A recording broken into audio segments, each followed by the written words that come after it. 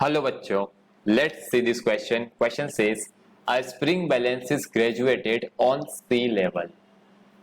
A body of mass 5 kg is weighted at increasing height from earth surface. अर्थ के surface से height को क्या कर रहे हैं, बढ़ा रहे हो. Then what happens to weight indicated by balance?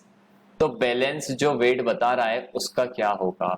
Options: weight will go on increasing continuously, weight will go on decreasing continuously, weight will remain same, weight will first increase then decrease.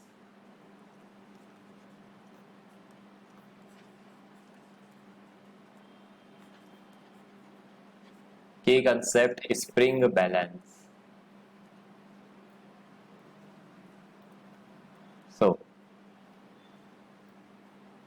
we know that weight of the body आप लिखते हैं mg. m is mass, g is acceleration due to gravity, right?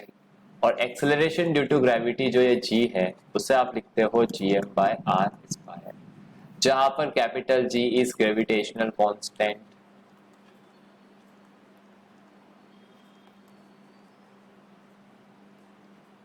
m is mass of earth और r is radius of earth, right?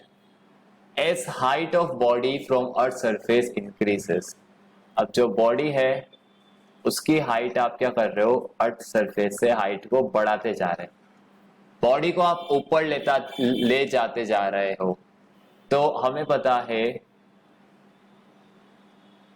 ये centre पे acceleration due to gravity 0 होता है.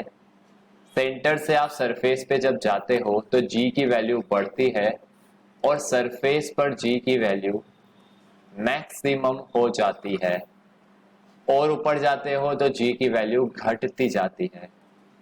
तो अगर आप g का सेंटर से डिस्टेंस, g और डिस्टेंस के बीच अगर आप ग्राफ बनाते हो तो ये है radius of earth which is surface.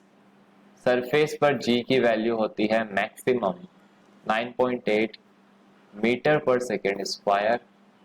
ये सेंटर है. सेंटर से सरफेस तक g की वैल्यू बढ़ती है फिर कम होती जाती है.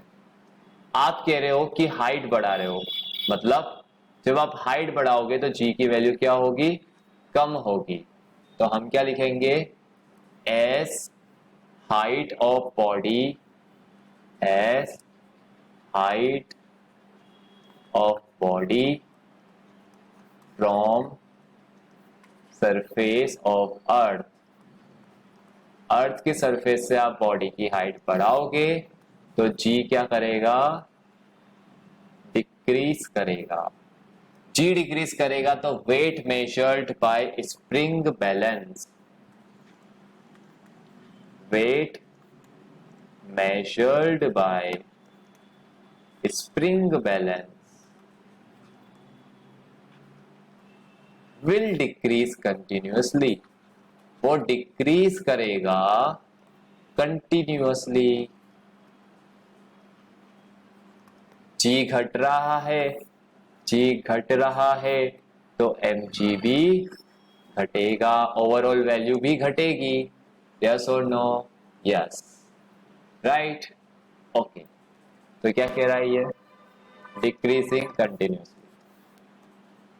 This is your answer. I hope you understood the solution very well. Best of luck. Thank you.